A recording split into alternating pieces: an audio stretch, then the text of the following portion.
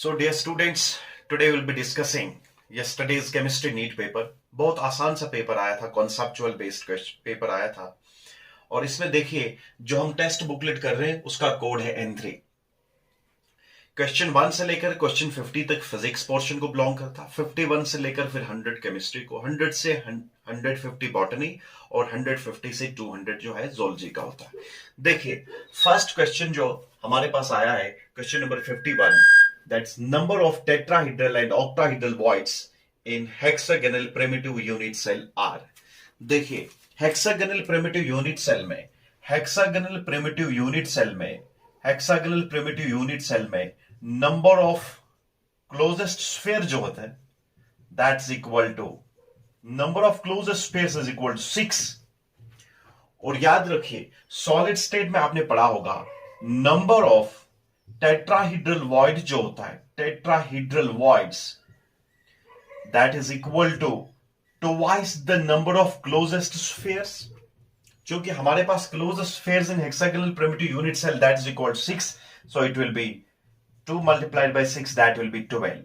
लेकिन number of octahedral void जो है, नंबर ऑफ ऑक्टाहीड्रल वॉइड जो है that is simply equal to n, that is number of closest spheres. तो यहां पर ऑक्टाहेड्रल वॉइड्स में क्योंकि हेक्सागोनल प्रिमिटिव यूनिट सेल में 6 क्लोजेस्ट स्फीयर्स होते हैं तो octahedral voids will be 6, so tetrahedral voids will be 12, octahedral voids will be 6, so the option third will be correct option. Is this clear? तो now let's take question number 52। Question number 52 says BF3 is a planar molecule and electron deficient compound। तो हमें predict करना होगा hybridisation and number of electrons around central metal atom that is boron. देखिए boron जो है it belongs to group 13 which includes boron, aluminium, gallium, indium and thallium. तो देखिए यहां पर क्या है, हर किसी एलिमेंट में यहां पर ग्रुप 13 में वैलेंस इलेक्ट्रॉन्स जो है that's equal to 3। तो ग्रुप 13 में जो वैलेंस इलेक्ट्रॉन्स होते हैं that's equal to 3। तो boron belongs to group 13 of the periodic table. और यहां पर देखिए दो इंफॉर्मेशंस दी है BF3 के बारे में, एक प्लेनर है और दूसरा इलेक्ट्रॉन डेफिशिएंट कंपाउंड है। तो यहां पर देखिए अगर ज्योमेट्री जो है, if geometry is triangular planar, अगर ज्योमेट्री ट्रायंगुलर प्लेनर है तो याद रखिए हाइब्रिडाइजेशन जो है दैट इज sp2। तो means when geometry of the molecule is triangular planar hybridisation is sp2। और नंबर ऑफ इलेक्ट्रॉन्स देखना होगा, देखिए बोरॉन ट्राइफ्लोराइड जो है ये बिल्कुल ट्रायंगुलर प्लेनर मॉलिक्यूल है BF3। तो इसमें टोटल आउटर मोस्ट इलेक्ट्रॉन जो है, total electrons around the central metal atom will be 2 plus 2 plus 2 that is equal to 6, so the correct option will be sp2 and 6। देखिए अगर hybridisation है sp2 तो triangular planar है geometry, अगर sp3 है तो टेट्राहेड्रल ज्योमेट्री है, अगर sp3d है तो इट मींस अगर sp3 and d तो it will be trigonal bipyramidal, अगर sp3d2 है तो means it will be octahedral, अगर sp3d3 है it will be pentagonal bipyramidal। लेकिन ये रेगुलर ज्योमेट्री तब होगी when there are no lone pairs। अगर लोन पेयर है तब डिस्टॉर्शन होती है ज्योमेट्री में, तब अलग सा केस है। लेकिन मैं ऐसे क्लियर करूंगा कि अगर सिर्फ बॉन्ड पेयर्स इन्वॉल्व है तो sp2 means triangular planar, sp3 means tetrahedral, sp3d means trigonal bipyramidal, sp3d2 means octahedral, sp3d3 means pentagonal bipyramidal. तो यहां पर देखिए the correct option will B sp2 and 6। now let's take question number 53। देखिए question 53 जो है which one of the following methods can be used to obtain highly pure metal which is liquid at room temperature। Metallurgy का question है। जब हम different metallurgical process से metals को क्या करते हैं, इनको एक्सट्रैक्ट करते हैं, ड्यूरिंग इट्स एक्सट्रैक्शन मेटल्स के साथ कुछ इंप्योरिटीज रह जाती हैं, जैसे अनप्रोसेस्ड ओर होता है, या कुछ फ्लक्स या कुछ स्लैग रहता है, या कुछ इंप्योरिटीज रहती हैं कार्बन, सिलिकॉन, फास्फोरस की। इन इंप्योरिटीज को कैसे रिमूव करेंगे? हमारे पास और एक मेटलर्जिकल प्रोसेस है जिसको हम कहते हैं रिफाइनिंग। रिफाइनिंग में हम जो इंप्योरिटी रहती है मेटल के साथ उस इंप्योरिटी को कैसे एलिमिनेट करते हैं। हमारे पास रिफाइनिंग जो है ये 3 टाइप्स की process, it involves 3 types of process. One is called distillation, second is called liquefaction, and third is called electrolytic refining।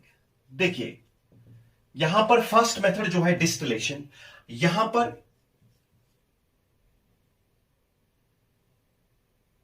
Volatile and low boiling point metals को हम क्या करेंगे, रिफाइन करेंगे। यहां पर डिस्टिलेशन में मेटल एक तो लो बॉइलिंग होना चाहिए और ये क्या होना चाहिए, it should be slightly volatile. जो मेटल वोलेटाइल है और लो बॉइलिंग पॉइंट रखता है, इसको हम क्या करते हैं, हम एक रेटॉट में इसको रखते हैं, इसके बाद इसको हीट करते हैं। हीट करने के बाद क्या होता है कि इसमें जो इंप्योरिटीज होती हैं उनको हम कंडेंस करते हैं सेपरेटली रिसीवर में, और जो नीचे रेटॉट में इंप्योरिटीज रहती है वो सेपरेट हो जाती है। तो ये यूजुअली हमारे पास 3 मेटल्स ऐसे हैं जो वोलेटाइल भी है और लो बॉइलिंग पॉइंट रखते हैं, that is zinc, cadmium and mercury. So zinc, cadmium and mercury, they can be refined through which process, that is distillation process। इसलिए जो मेटल हाईली प्योर मेटल को हम कैसे ऑब्टेन करेंगे, which is liquid at room temperature, तो usually लो boiling point metals और जो volatile होंगे उनको हम क्या करेंगे, रिफाइन करेंगे through distillation process. Like zinc, cadmium and mercury can be refined through this process, that is distillation. इसलिए यहां पर किस मेथड से हम हाईली प्योर मेटल को ऑब्टेन करेंगे, जिसका जो मेटल लिक्विड होता है रूम टेम्परेचर पे, so that is called distillation. तो low boiling point and volatile, these are the 2 conditions which are prerequisite for distillation process to occur। Is this clear? तो किसी मेटल को अगर हम रिफाइन करेंगे थ्रू डिस्टिलेशन, वो metal एक तो वोलेटाइल होना चाहिए और लो boiling point, that metal should possess low boiling point like zinc, cadmium and mercury। So now let's take one more question, that's question number 54। यहां पर देखिए क्वेश्चन 54 में हमारे पास एक रिएक्शन दी है, A gets converted into B, reactant A gets converted into product B, लेकिन इस रिएक्शन का जो एंथैल्पी है दैट्स -4.2 किलो जूल्स पर मोल। तो अगर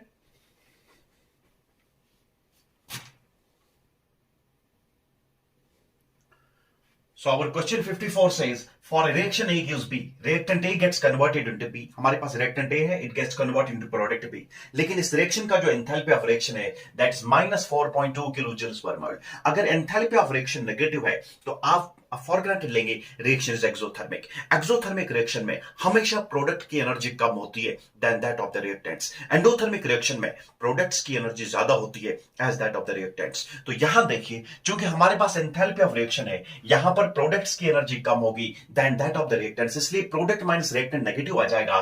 तो यहां पर चूंकि एंथैल्पी ऑफ रिएक्शन नेगेटिव है, तो इट मींस यहां पर देखिए प्रोडक्ट्स की एनर्जी कम होगी than that of the reactants. Option B में देखिए प्रोडक्ट नीचे है और रिएक्टेंट ऊपर है, तो means energy of this potential energy of reactant B is less, this product B is less than the potential energy of reactant A. So the correct option will be option first. यहां देखिए, यहां पर B की energy ज्यादा है ए से, तो ये एंडोथर्मिक होगी। यहां पर बी की एनर्जी ज्यादा है ए से, एंडोथर्मिक होगी। यहां पर भी देखिए बी की एनर्जी स्लाइटली ग्रेटर देन ए, तो ये भी एंडोथर्मिक रिएक्शन है। तो ये देखिए, चूंकि हमारे पास रिएक्शन एक्सोथर्मिक है, तो यहां पर एक्टिवेशन एनर्जी पॉजिटिव हो जाएगी, बिकॉज हमें पहले एक्टिवेट करना होगा। Is this clear? इस क्रस्ट को क्रॉस करना होगा, तो that is why activation energy हमेशा पॉजिटिव होगी। तो यहां पर ओवरऑल जो है enthalpy of the reaction negative आ रहा है, तो it means option A means reactants की एनर्जी कम है देन दैट ऑफ प्रोडक्ट्स की एनर्जी कम है then that of the reactants. So the correct option will be option first. Is this clear? Now let's take question number 55।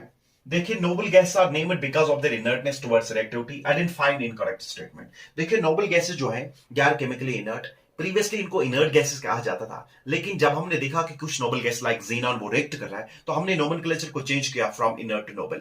तो यहां देखिए, ये केमिकली रिएक्टिव है, इसलिए इनको नोबल गैसेस कहते हैं। अब हमें आइडेंटिफाई करना होगा इनकरेक्ट स्टेटमेंट। देखिए, इनकरेक्ट स्टेटमेंट हम कैसे आइडेंटिफाई करेंगे। फर्स्ट स्टेटमेंट जो है, noble gases have very high melting and boiling points. देखिए, नोबल गैसेस का मेल्टिंग एंड बॉइलिंग पॉइंट जो है ये बहुत हाई है। ये इनकरेक्ट स्टेटमेंट है। इनफैक्ट किसी भी गैस का मेल्टिंग और बॉइलिंग पॉइंट बहुत कम होता है, तो noble gases are no exception. Noble gases का भी मेल्टिंग और बॉइलिंग पॉइंट बहुत कम है। तो फर्स्ट स्टेटमेंट जो इनकरेक्ट स्टेटमेंट है that is first option, that is noble gases are very high melting and boiling points. No, noble gases are very low melting and boiling points. ये option second जो है, noble gases are very weak dispersion forces. Noble gases के बीच में जो intermolecular forces हैं, जिनको हम डिस्पर्शन फोर्स कहेंगे, लंदन फोर्स कहेंगे, वो बहुत बहुत वीक होते हैं। और नोबल गैसेस का large positive value of electron gain enthalpy.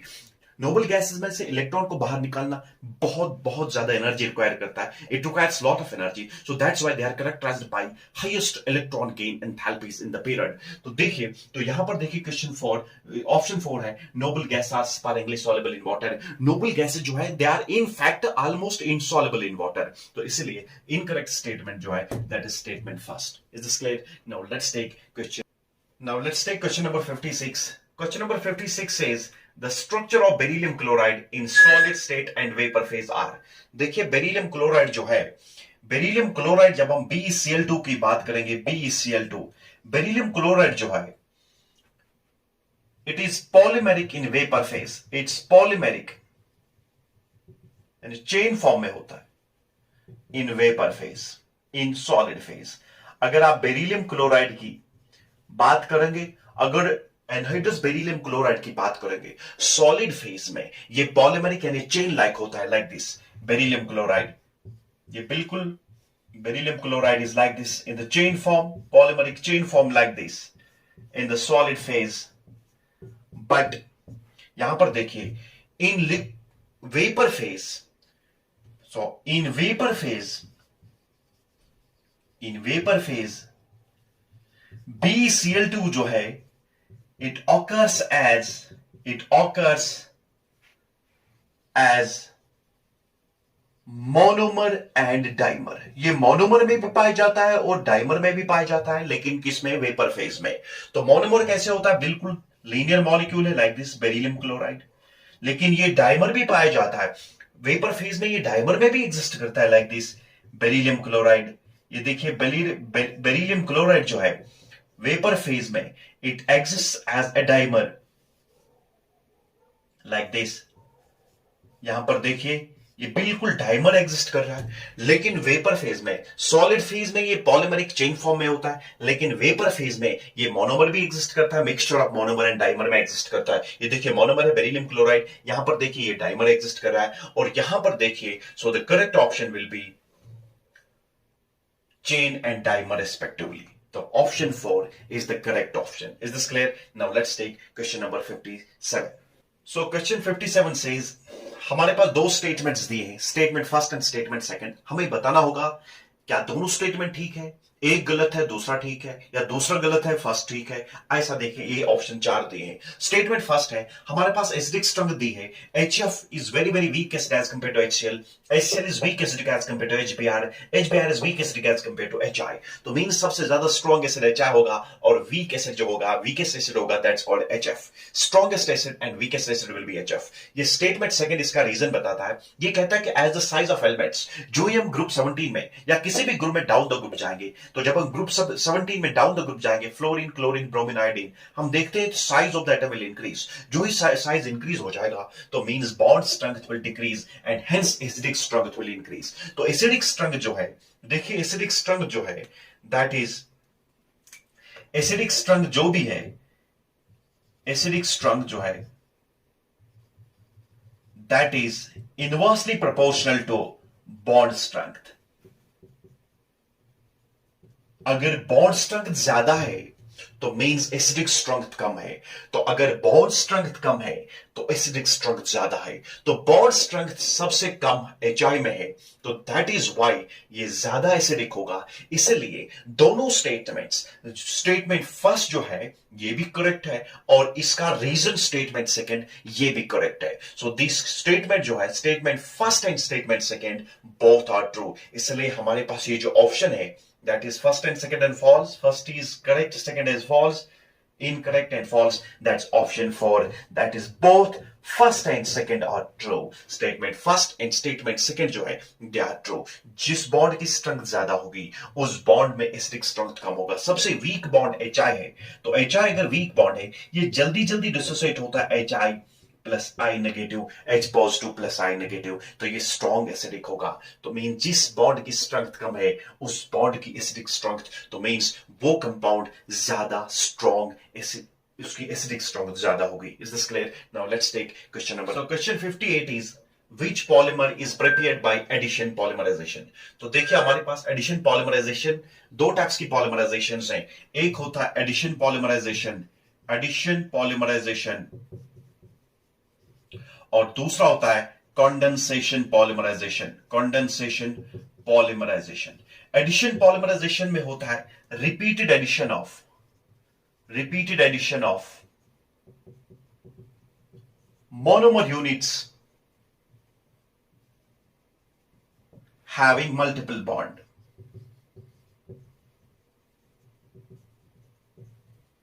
यहां पर जो मोनोमर यूनिट्स आपस में पॉलीमराइज होंगे उनमें डेफिनेटली मल्टीपल बॉन्ड होता है, डबल या ट्रिपल बॉन्ड होता है. तो देखिए एडिशन पॉलीमराइजेशन में जब मोनोमर यूनिट्स, वही मोनोमर यूनिट्स एड अप हो जाएंगे which are characterised by multiple bond. For example अगर आप इथिलीन की पॉलीमराइजेशन करेंगे, CH2 double bond CH2 n times, it will polymerize resulting in the formation of this polymer which is called polyethylene, जिसको कहते हैं polyethylene या polythene जिसको आप कहेंगे, पॉलीथीन जिसको कहते हैं, या पॉलीइथीन जिसको आप कहेंगे. तो देखिए पॉलीइथिलीन बन गया. लेकिन अगर प्रोपीन की करेंगे तो पॉलीप्रोपाइलीन बनेगा. तो देखिए हमारे पास ये एडिशन पॉलीमराइजेशन है. यहां पर देखना होगा इन चार पॉलीमर्स में एडिशन पॉलीमराइजेशन किस पॉलीमर में हुई होगी. लेकिन दूसरा कंडेंसेशन पॉलीमराइजेशन जो होती है यहां पर it's accompanied by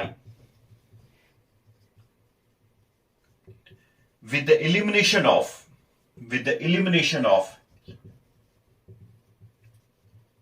simple molecules like water, alcohol, HCl, etc. अगर मोनोमर यूनिट्स ऐसे पॉलीमराइज हो गए कि ड्यूरिंग देयर पॉलीमराइजेशन अगर कुछ सिंपल मॉलिक्यूल्स एलिमिनेट होते हैं, like water, like alcohol, like HCl, it's called condensation polymerisation. तो कंडेंसेशन पॉलीमराइजेशन में जब मोनोमर यूनिट्स पॉलीमराइज होते हैं तो कोई ना कोई सिंपल मॉलिक्यूल एलिमिनेट होता है, या तो वाटर एलिमिनेट होगा, या अल्कोहल एलिमिनेट होगा, या HCl एलिमिनेट होगा. तो देखिए हम क्या करेंगे, पहले नाइलॉन 66 को देखेंगे. देखिए नाइलॉन 66 जो है whether it is addition polymer or condensation polymer हम यहां प्रूव करेंगे. देखिए नाइलॉन 66 जो है, nylon 66 it's a polymer of HMDA, hexamethylene diamine and adipic acid. तो देखिए हेक्सामेथिलीन डायमाइन जो है, hexamethylene diamine is like this. Hexamethylene diamine, it reacts with adipic acid. Adipic acid is hexane 1,6-dioic acid. ये dicarboxylic acid है. Hexane 1,6-dioic acid is called adipic acid. तो ये adipic acid है और ये hexamethylene diamine है. n times, ये भी n times होगा. Let's take n times, n monomers of hexamethylene diamine and n monomers of adipic acid. It results in the formation. यहां देखिए वाटर निकलता है, तो वाटर निकलने से देखिए यहां पर भी वाटर निकलेगा, यहां पर भी वाटर निकलेगा. बहुत सारी large number of monomer units they will polymerize together. तो resulting in the formation of this polymer that is CH2 whole 6 NH C double bond O CH2 whole 4.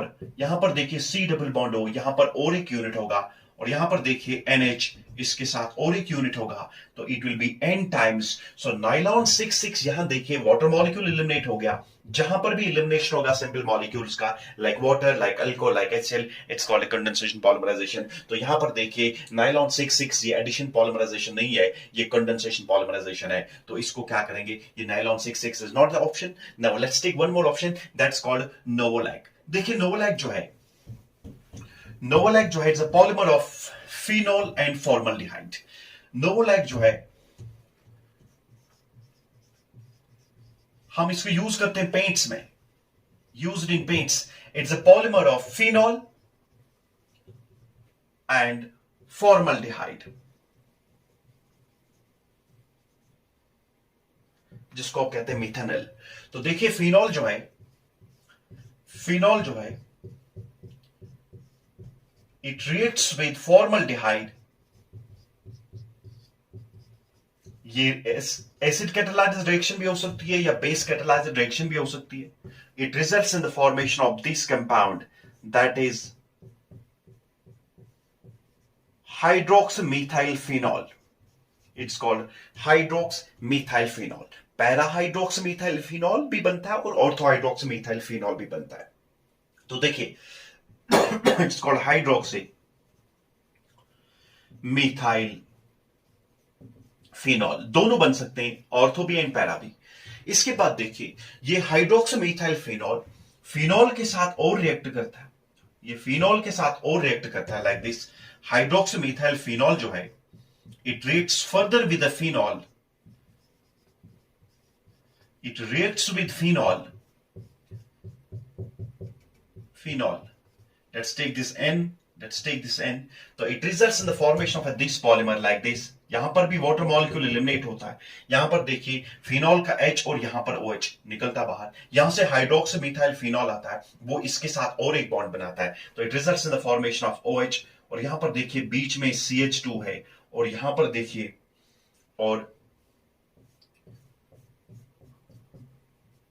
यहां पर OH है और यहां पर CH2 है और यहां पर भी देखिए ये जो लीनियर पॉलीमर बनता है n टाइम्स, क्योंकि यहां पर water release elimination of water molecule take place. So ये कुछ नहीं है, कंडेंसेशन पॉलीमराइजेशन है. इस लीनियर पॉलीमर का नाम है that's called नोवोलैक.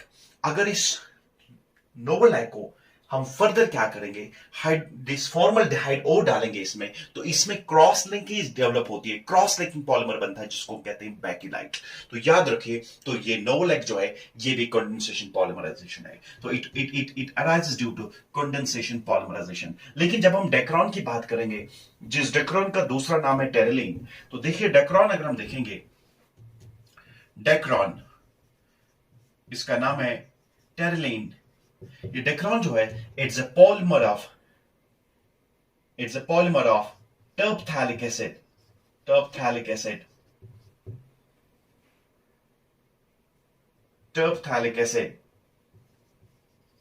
It's a polymer of terpthalic acid and ethylene glycol.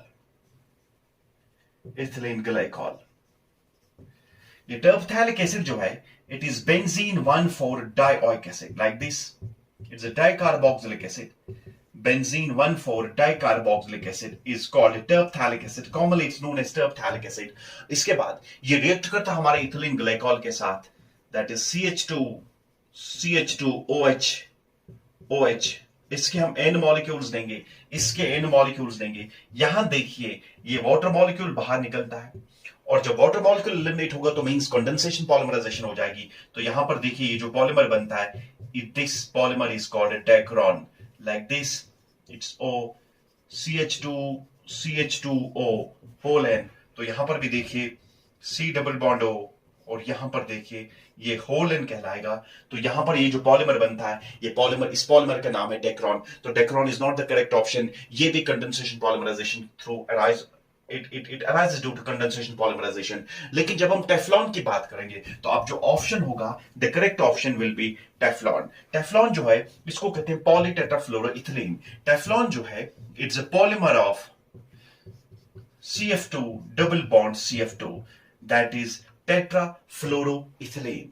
Tetrafluoroethene या टेट्राफ्लोरोइथिलीन का पॉलीमर है टेफ्लॉन. जब ये पॉलीमराइज होता है in presence of परसल्फेट, यहां पर फ्री रेडिकल पॉलीमराइजेशन होती है. It results in the formation of CF2. यहां पर देखिए n number of units will polymerize together resulting in the formation of Teflon. तो Teflon is also known as polytetrafluoroethylene. तो ये पॉलीमर जो है it arises due to which polymerization? That's called addition polymerization. So the option 4 will be the correct option of this question. Is this clear? Now let's take question 59. So question 59 is a particular station of AIR all India radio broadcasts at 1368 kilohertz. हमारे पास एक particular station है all India radio का, ये broadcast करता है इस frequency पे, दैट्स 1368 किलोहर्ट्ज फ्रीक्वेंसी पे ये ब्रॉडकास्ट करता है।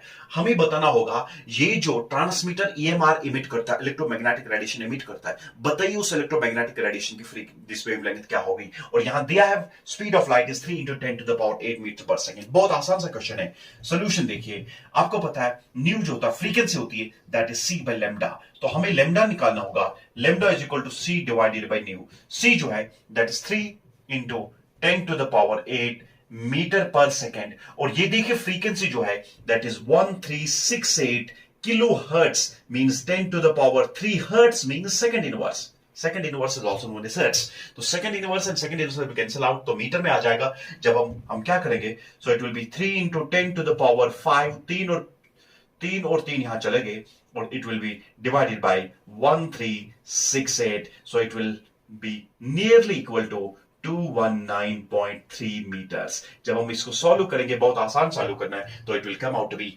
219.3 metre will be the wavelength of the electromagnetic radiation as emitted by the transmitter of this AIR. Is this clear? Now let's take one more question. That's question number 6. देखिए हमारे पास जो question 60 है, that is zirconium and hafnium have similar atomic and ionic radii because of diagonal relationship, lengthenide contraction, have similar chemical properties, belonging to same group. देखिए जब हम first transition series की बात करते हैं, फर्स्ट ट्रांजिशन सीरीज जिसको आप 3D series भी कहेंगे, फर्स्ट ट्रांजिशन सीरीज में देखिए it starts with scandium, titanium, vanadium, chromium, manganese, iron, cobalt, nickel, copper, zinc. लेकिन अगर हम सेकंड ट्रांजिशन सीरीज की बात करेंगे that is yttrium, zirconium, niobium, molybdenum, yttrium, zirconium, niobium और molybdenum, technetium, ruthenium, rhodium, palladium, silver, cadmium. Is this clear? और जब हम थर्ड ट्रांजिशन सीरीज की बात करेंगे इट स्टार्ट्स विद देखिए lanthanum, hafnium, tantalum, tungsten, rhenium, osmium, iridium, platinum, gold and mercury. लेकिन यहां देखिए अगर हम स्कैंडियम की बात करेंगे, जब हम डाउन द ग्रुप जाएंगे, नंबर ऑफ शेल्स इंक्रीज होती है, तो एटॉमिक और आयनिक रेडियस जो है इट विल इंक्रीज। स्कैंडियम की बात करेंगे 144 पिकोमीटर है, यहां देखिए 162 पिकोमीटर है, और यहां देखिए 167 पिकोमीटर है। तो मींस जो ही हम डाउन द ग्रुप जाएंगे atomic and ionic radius will increase. तो हम यहां पर भी एक्सपेक्ट कर रहे हैं। लेकिन यहां पर जब हम जिरकोनियम को देखेंगे, इसका 145 पिकोमीटर है एंड 144 पिकोमीटर साइज है, मींस सेकंड और थर्ड ट्रांजिशन सीरीज के एलिमेंट्स का साइज ऑलमोस्ट सेम है। होना चाहिए था इंक्रीज, लेकिन बिल्कुल आइडेंटिकल है, almost similar atomic and ionic radius है। इस चीज को समझाने के लिए देखिए जब हम लेंथेनम जो है 57 और यहां पर देखिए हैफनियम का एटॉमिक नंबर है 72, लेकिन लेंथेनम और हैफनियम के बीच में 14 एलिमेंट्स ऐसे आते हैं दैट इज जो सीरियम से स्टार्ट होते हैं ल्यूटीशियम तक, सीरियम 58 एंड ल्यूटीशियम 71, ये जो 14 एलिमेंट्स आते हैं दीज आर कॉल्ड लेंथेनाइड्स। और इन लेंथेनाइड्स में जो लास्ट इलेक्ट्रॉन है वो चला जाता है 4s सबशेल में। So these elements are characterized by the filling of their last electron in 4s subshell.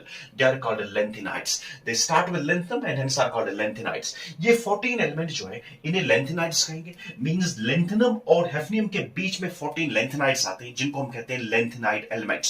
Lanthanide elements देखिए सीरियम से ल्यूटीशियम तक, इनमें लास्ट इलेक्ट्रॉन 4s सबशेल में जाता है। लेकिन जब हम शील्डिंग इफेक्ट पढ़ते हैं, शील्डिंग इफेक्ट ऑफ इलेक्ट्रॉन्स जो है ऑफ इलेक्ट्रॉन, हम देखते हैं एस ज्यादा शील्ड करता है पी से, पी ज्यादा शील्ड करता है डी से, और डी ज्यादा शील्ड करता है एफ से। मींस सबसे पोर शील्डिंग सबशेल जो है, poor shielding orbital that's F subshell में जितने भी ऑर्बिटल्स है F subshell it's a poor shielding subshell. तो मींस अगर इलेक्ट्रॉन एफ सबशेल में है, ये आउटर इलेक्ट्रॉन्स को शील्ड नहीं कर पाता है, तो एज अ रिजल्ट न्यूक्लियस और आउटर इलेक्ट्रॉन्स के बीच में डायरेक्ट कांटेक्ट आता है, इफेक्टिव न्यूक्लियर चार्ज इंक्रीज होती है, तो थोड़ा बहुत कॉन्ट्रैक्शन होता है। Is this clear? सबसे बेहतरीन शील्ड करता है एस ऑर्बिटल, इसके बाद पी, इसके बाद डी और इसके बाद एफ सबशेल। इसलिए अगर इलेक्ट्रॉन एफ सबशेल में चला जाता है, एफ आउटर इलेक्ट्रॉन्स को शील्ड नहीं कर पाता, पोर शील्डिंग सबशेल है, एज अ रिजल्ट थोड़ा बहुत कॉन्ट्रैक्शन होता है। इसलिए यहां से यहां तक एटॉमिक साइज इंक्रीज होता है, लेकिन यहां से यहां तक जब इंक्रीज होता है, इस इंक्रीज को कंपनसेट करता है ये लेंथेनाइड कॉन्ट्रैक्शन का डिक्रीज। यहां से यहां इंक्रीज होना चाहिए था, लेकिन इस इंक्रीज को किसने नलिफाई किया? लेंथेनाइड कॉन्ट्रैक्शन ने। तो as a result the second transition series और थर्ड ट्रांजिशन सीरीज के बीच में जो साइज है दैट्स ऑलमोस्ट सिमिलर, इसलिए इसका जो बेस्ट ऑप्शन है that is due to lengthenide contraction. So because of this lengthenide contraction, the size of the second transition series and the third transition series are elements are almost similar. Now let's take question number 60. Number 61 is match list 1 with second. हमारे पास list first दिया है और ये list second है, हमने match करना होगा। First दिया है PCl5 फास्फोरस पेंटाक्लोराइड। देखिए फास्फोरस पेंटाक्लोराइड में देखिए 5 सिग्मा बॉन्ड्स है। अगर Z का वैल्यू है 5 तो means hybridisation will be sp3d। sp3d हाइब्रिडाइजेशन मींस अगर कोई लोन पेयर नहीं होगा तब इसकी जो नॉर्मल ज्योमेट्री होगी that will be trigonal bipyramidal. ये बिल्कुल ऐसे होता PCl5 1 2 3 और यहां देखिए 4 and 5, so it will be trigonal bipyramidal। तो मींस PCl5 जो है ये मैच इसके साथ, so PCl5 will match with this trigonal bipyramidal geometry, means geometry of PCl5 is trigonal bipyramidal। geometry में हम करते हैं arrangement of bond pairs and lone pairs, लेकिन जब शेप की बात आती है तो वहां पर हम कंसीडर करते हैं सिर्फ अरेंजमेंट ऑफ बॉन्ड पेयर्स, क्योंकि यहां पर शेप और ज्योमेट्री कब बराबर होगी? When there are no lone pairs. यहां देखिए इसकी ज्योमेट्री ट्राइगोनल बाइपिरामिडल है, इसका शेप भी ट्राइगोनल बाइपिरामिडल है, कोई लोन पेयर नहीं, कोई डिस्टॉर्शन नहीं, तो इसका ट्राइगोनल बाइपिरामिडल है। z का वैल्यू है 5। z जो means it means number of sigma bonds plus number of lone pairs. अगर number of sigma bonds plus number of lone pairs 2 है तो मींस sp हाइब्रिडाइजेशन। अगर 3 है तो sp2, अगर 4 है तो sp3, अगर 5 है sp3d, अगर 6 है sp3d2, अगर 7 है sp3d3। तो यहां देखिए sf6 देखिए सल्फर हेक्साफ्लोराइड, यहां z का वैल्यू है 6 तो मींस हाइब्रिडाइजेशन विल बी, अगर z का वैल्यू 6 है it will B sp3d2, so means 3 plus 1 is 4, 4 plus 2 means 6, तो मींस sp3d2। और अगर sp3d2 है तब ज्योमेट्री होगी ऑक्टाहीड्रल। इसमें 8 फेसेस बनते हैं लाइक दिस। देखिए सल्फर जो है इसके साथ 1 fluorine, 2nd fluorine, 3rd fluorine, 4th fluorine, this is 5th and this is 6th। ये देखिए बिल्कुल ऑक्टाहीड्रल ज्योमेट्री है। ऑक्टाहीड्रल देखिए 1 face, 2nd face, 3rd and 4th, 4 face ऊपर 4 फेस नीचे लाइक दिस, तो ये ऑक्टाहीड्रल बन जाएगा। इस ज्योमेट्री का नाम है ऑक्टाहीड्रल। तो मींस SF6 की जो ज्योमेट्री होगी दैट विल बी ऑक्टाहीड्रल। इसके बाद देखिए इस Br5 को फिलहाल छोड़ेंगे, BF3 की बात करेंगे, बोरॉन ट्राइफ्लोराइड की बात करेंगे। बोरॉन ट्राइफ्लोराइड जो है यहां Z का वैल्यू है 3, तो बिकॉज Z का वैल्यू अगर 3 होगा तो मींस sp2। जब sp2 हाइब्रिडाइजेशन होगी तो trigonal planar will be the geometry, trigonal planar will be the geometry like this. Boron trifluoride bond angle will be 120, so means boron trifluoride means trigonal planar। तो इसको इसके साथ मिलाएंगे। इसके बाद देखिए BrF5 that's called ब्रोमीन पेंटाफ्लोराइड। तो bromine पेंटाफ्लोराइड में तो इसमें क्या होगा? 5 देखिए Z का वैल्यू है 5 और लोन पेयर 1 है इसमें, बिकॉज ब्रोमीन में 7 वैलेंस इलेक्ट्रॉन्स होते हैं। 7 में से देखिए 5 इन्वॉल्व है बॉन्डिंग के लिए, 1 लोन पेयर हो जाएगा। तो मींस यहां पर देखिए Z का वैल्यू जो है number of lone pairs plus number of bond pairs, bond 5 है, लोन पेयर 1 है, तो मींस 6 है। अगर Z का वैल्यू 6 है तो मींस कौन सी हाइब्रिडाइजेशन होगी? That will B sp3d2। अगर sp3d2 है तो ऑक्टाहीड्रल है, लेकिन मैंने कहा ज्योमेट्री में हम शेप में हम सिर्फ बॉन्ड पेयर्स को, arrangement of bond pairs only, सिर्फ बॉन्ड पेयर्स का अरेंजमेंट देखते हैं। ज्योमेट्री में हम लोन पेयर और बॉन्ड पेयर का अरेंजमेंट देखते हैं। अगर यहां पर ज्योमेट्री निकालनी होगी तो it should have been octahedral, लेकिन वो ऑप्शन है नहीं, तो यहां पर स्क्वायर पिरामिडल है। बिकॉज देखिए क्या है स्क्वायर पिरामिडल कैसे है, तो हम ऐसे समझाएंगे। देखिए ये ब्रोमीन जो है, इस ब्रोमीन के साथ देखिए 5 फ्लोरीन ऐसे आते हैं स्क्वायर फैशन में, एक ऊपर आता है और यहां पर एक लोन पेयर रहता है। मैंने कहा शेप में हम लोन पेयर को कंसील करते हैं, हाइड करते हैं। तो देखिए जब हम इस लोन पेयर को कंसील करेंगे यहां पर स्क्वायर बनता है, यहां पर स्क्वायर बनता है, और देखिए ऊपर एक पिरामिड बनता है, इसको कहते हैं स्क्वायर पिरामिडल। तो यहां पर BRF5 का ऑप्शन होगा स्क्वायर पिरामिडल। अब देखिए मैंने ऑप्शन नहीं लिखे, अब हम खुद देखेंगे ऑप्शन क्या आ जाएगा इसमें। तो हम ऐसे ऑप्शन बनाएंगे, ए के साथ 4, ए के साथ 4, और यहां पर देखिए बी के साथ, बी को हमने थर्ड के साथ मैच किया, सी को हमने मैच किया फर्स्ट के साथ, और डी को हमने मैच किया,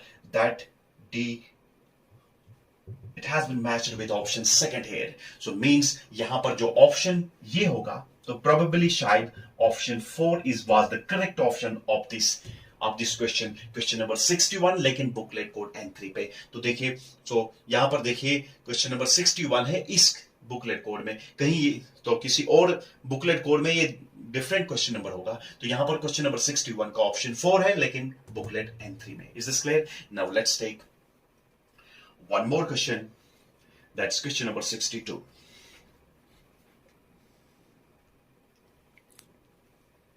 So our question 62 is organic chemistry का क्वेश्चन आया था। The IPAC name of the product, organic reaction दी है, यहां पर प्रोडक्ट बनता है, इस प्रोडक्ट का आईपैक नेम बताना होगा। तो पहले रिएक्टेंट क्या है, हमने स्टोन को ट्रीट किया है ग्रिग्नॉर्स रीजन के साथ, इथाइल मैग्नीशियम ब्रोमाइड के साथ। इसके बाद स्टेप सेकंड में हमने एसिड हाइड्रोलिसिस की, तो प्रोडक्ट बनता है। हम पहले स्टोन लिखेंगे, देखिए स्टोन जो है इट्स प्रोपेन 2 इसका आईपैक नेम है। It reacts with this CH3 CH2 MgBr, organometallic compound है हमारे पास, ये इथाइल मैग्नीशियम ब्रोमाइड। ये स्लाइटली डेल्टा पॉजिटिव होता है और डेल्टा नेगेटिव, देखिए इथाइल मैग्नीशियम ब्रोमाइड है। तो इथाइल मैग्नीशियम ब्रोमाइड देखिए हमारे पास कार्बोनिल ग्रुप जो है ये स्लाइटली डेल पॉजिटिव और डेल नेगेटिव पोलर है। तो ये CH2 यहां पर अटैक करता है, resulting in the formation of this adduct CH3CO negative, ये पाई बॉन्ड ब्रेक होता है, resulting the formation of CH3 इसके बाद देखिए यहां पर CH2 और CH3 आ गया, और इसको स्टेबलाइज करने के लिए हमारे पास MgBr पहुंच जाता है, MgBr। इसके बाद स्टेप सेकंड में हम क्या करेंगे, स्टेप सेकंड में हम इसकी एसिड हाइड्रोलिसिस करेंगे, और एसिड हाइड्रोलिसिस करने के बाद हमारे पास ये जो अल्कोहल बनता है, it will be like this CH3 CH2 and CH3। अब इस अल्कोहल का जो आईपैक नेम होगा, हम देखिए ऐसे नंबरिंग करेंगे, सो 1 2 3 and 4, it will be 2 methyl butane to all। तो ये देखना होगा जिस ऑप्शन में ये लिखा होगा 2 methyl butane to all, that will be the correct option। तो probably in booklet code N3 this option is शायद ऑप्शन 3 है। तो ऑप्शन 3 है इस बुकलेट में, that's 2 methyl butane to all will be the name of this organic compound। Is this clear? Now let's take question number 63। हमारे पास जो question 63 है, that's organic compound contains 78% by weight carbon and the remaining percentage of hydrogen। हमारे पास एक hydrocarbon है जिसमें carbon और hydrogen है, 78% कार्बन है और बाकी 22% हाइड्रोजन है। The empirical formula of the compound is, देखिए 100% हम कंसीडर करेंगे। देखिए सोल्यूशन क्या है, हम 100% मींस 100%, लेट 100% मींस 100 ग्राम्स हम लेंगे। Suppose 100 grams of the compound हमने लिए। इन 100 ग्राम्स में देखिए 100 ग्राम्स में हमारे पास 78 ग्राम्स हैं कार्बन के, 78 ग्राम्स कार्बन के हैं, और जबकि हमारे पास 22 ग्राम्स जो है दे आर ऑफ हाइड्रोजन। हम पहले क्या करेंगे, हम कैलकुलेट करेंगे number of moles. Number of moles जो होता है, that's number of moles is mass divided by molar mass of 1 mole. तो जब हम नंबर ऑफ मोल्स निकालेंगे कार्बन के, number of moles of carbon will be, sir mass is 78, sir it's molar mass जो है कार्बन का है, that's 12 grams per mole, that will be 12। So that will be 72 और 6 12 बचे sir, so it will B 6.5। और यहां पर देखिए number of moles of hydrogen will be 22, that's mass given, और इस हाइड्रोजन का जो ग्राम एटॉमिक मास है या इसका मोलर मास है, that's 1, so it will B 22। इसके बाद क्या करना होगा, इसके बाद इसमें जो लोएस्ट नंबर है उससे डिवाइड करेंगे। यहां 6.5 इज द लोएस्ट नंबर, इसको डिवाइड करेंगे 6.5 से, इसको डिवाइड करेंगे 6.5 से, ये 1 आता है और ये ऑलमोस्ट 3 के बराबर आता है। तो the empirical formula of the compound will be C1H3, that is CH3 is the correct option. So option second is the correct option.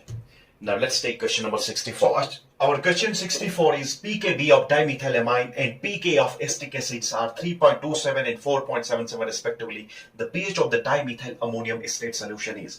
जितना pK वैल्यू कम होगा उतना एसिड स्ट्रांग होगा, जितना pKb वैल्यू कम होगा उतनी बेस स्ट्रांग होगी। तो ध्यान देखिए बेस स्ट्रांग है कंपैरेटिवली एसिड, एसिड का pKb 4.77 है और बेस का pKb 3.27 है, तो मींस बेस जो है स्लाइटली स्ट्रांग है एज कंपेयर टू एसिड। तो यहां देखिए हमें निकालना होगा ये वीक बेस है, ये वीक एसिड है। जब हम साल्ट हाइड्रोलिसिस में वीक बेस और वीक एसिड पढ़ते हैं तो हमारे पास जो मिक्सचर बनता है उस मिक्सचर का पीएच जो होता है, pH of this that will B 7 + 1/2 pKa minus pKb. So mixture of salts of weak base and weak acid में का जो pH निकलता है that will be 7 + 1/2 pKa minus pKb. तो यहां देखिए it is 7 + 1/2 pKa जो है it is 4.77 minus 3.27. तो ये देखिए it will be 7 + 1/2. यहां देखिए 7 and 7 means 0, 7 2 is 5, it is 1.50. So देखिए it is 7 + 1.5 divided by 2, इसका हाफ होगा 0.75, so that will be 7 + 0.75, so that will be 7.75. The correct option will be option second. Now let's quickly take question number 65.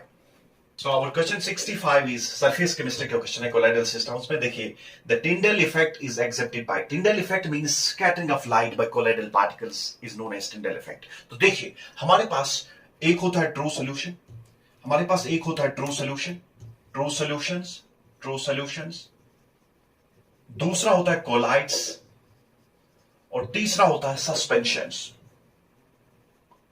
Suspensions. True solutions में less than 1 nanometre particle size होता है और यहां पर देखिए 1 से लेकर 1000 नैनोमीटर्स का साइज होता है और यहां पर ग्रेटर देन 1000 नैनोमीटर्स का साइज होता है। ट्रू सॉल्यूशन में पार्टिकल का साइज बहुत कम है, इसलिए scattering of light is not possible. True solutions will not show Tyndall effect, scattering of light. The only system we show scattering of light is colloidal systems whose particle size range between 1 to 1000 nanometers. So the only option possible is starry solution. Glucose solution देखिए ये true solution है, urea solution true solution है और NaCl solution जो है ये true solution है। The only available option is starry solution which is a colloidal system. Is this clear? Now let's take question number 66. Question number 66 is tritium, a radioactive isotope of hydrogen, emits alpha particle, gamma ray, neutron और beta particle. तो देखिए हमारे hydrogen के 3 isotopes हैं, protium, deuterium and tritium. Tritium जो है it's H13 is tritium. जब इसकी रेडियोएक्टिव डिसइंटीग्रेशन होती है ये हमेशा बीटा पार्टिकल एमिट करता है। यहां पर क्या होता है, एक न्यूट्रॉन जो है ये डिसइंटीग्रेट करता है प्रोटॉन प्लस बीटा पार्टिकल में। सो मींस एक न्यूट्रॉन अंदर डिसइंटीग्रेट होता है, इसमें 2 न्यूट्रॉन्स हैं, एक न्यूट्रॉन डिसइंटीग्रेट करता है बनाता है प्रोटॉन और बीटा पार्टिकल, यही बीटा पार्टिकल एमिट होता है। तो यहां पर देखिए हमारे पास बनता है He हीलियम, बिकॉज इसका एटॉमिक नंबर अब 2 बन गया, हाइड्रोजन से हीलियम चला गया बिकॉज एक न्यूट्रॉन एक प्रोटॉन में कन्वर्ट हुआ। So total number of protons in the nucleus is atomic number, so it will be 2 now, लेकिन मास नंबर वही रहेगा 3 बिकॉज न्यूट्रॉन और प्रोटॉन में अप्रोक्सीमेटली सेम मास है। सो it will B He23 plus यहां पर देखिए बीटा पार्टिकल एमिट हो रहा है। ऐसा करने से न्यूक्लियस थोड़ा स्टेबलाइज होता है, ये एक्सेस एनर्जी को रिलीज करता है in the form of gamma ray photon, जिसको कहते हैं गामा रे फोटोन निकलता है। तो मींस यहां देखिए tritium radioactive isotope of hydrogen हमेशा एमिट करता है which particle, that is beta particle. Is this clear? तो यहां पर देखिए गामा रे फोटॉन भी है, लेकिन यहां पर क्वेश्चन आया था tritium isotope emits which particle. तो यहां पर देखिए अल्फा पार्टिकल भी है, गामा रे फोटॉन भी है, न्यूट्रॉन भी है, बीटा पार्टिकल भी है, लेकिन ट्राइटियम हमेशा डिसइंटीग्रेट करता है बाय रिलीजिंग बीटा पार्टिकल। ये एक्सेस एनर्जी को फिर हर कोई रेडियोएक्टिव आइसोटोप जो है ये एक्सेस एनर्जी को रिलीज करता है in the form of gamma ray photon. यहां पर कंफ्यूज नहीं हो जाएंगे सर गामा रे भी है, नहीं, यहां पर जो पार्टिकल एमिट हो रहा है that is beta particle. Is this clear? So it always emits which particle? That is beta particle. Now let's take question number 67. So our question 67 is the correct sequence of bond enthalpy of 6 bondings. Bond enthalpy या जिसको आप कहते हैं bond dissociation energy। देखिए यहां पर carbon और halogen के बीच में जो bond dissociation energy है वो कंपेयर करनी होगी। हमने देखना होगा किस बॉन्ड में, किस कार्बन और हेलोजन में सबसे ज्यादा बॉन्ड स्ट्रेंथ होगी और सबसे कम किस में होगी, या बॉन्ड एंथैल्पी किस में ज्यादा होगी। देखिए ये जो बॉन्ड एंथैल्पी है, बॉन्ड एंथैल्पी जो है, बॉन्ड एंथैल्पी या बॉन्ड डिसोसिएशन एनर्जी जो होती है, बॉन्ड एंथैल्पी जो है it's inversely proportional to bond length. जितना ज्यादा बॉन्ड लेंथ होगा उतना ज्यादा बॉन्ड एनर्जी कम होगी, और जितना कम बॉन्ड लेंथ होगा उतनी बॉन्ड एनर्जी ज्यादा होगी या बॉन्ड एंथैल्पी ज्यादा होगी। तो देखिए कार्बन, फ्लोरीन सबसे ज्यादा size, fluorine, chlorine, bromine, iodine, सबसे ज्यादा आयोडीन का साइज होगा और सबसे कम साइज फ्लोरीन का होगा। यहां पर जो कार्बन और फ्लोरीन के बीच में बॉन्ड होगा, यहां पर कार्बन और आयोडीन के बीच में बॉन्ड होगा, सबसे ज्यादा बॉन्ड लेंथ इसमें होगी, तो सबसे कम बॉन्ड एंथैल्पी इसी में होगी। तो सबसे कम बॉन्ड लेंथ सी बॉन्ड में है तो सबसे ज्यादा बॉन्ड एंथैल्पी इसमें होगी। So correct option will B CF, CCl, CBr and Ci. So this is the correct option. This is clear. Now let's take question number 68. 68 है, the following solutions are prepared by dissolving.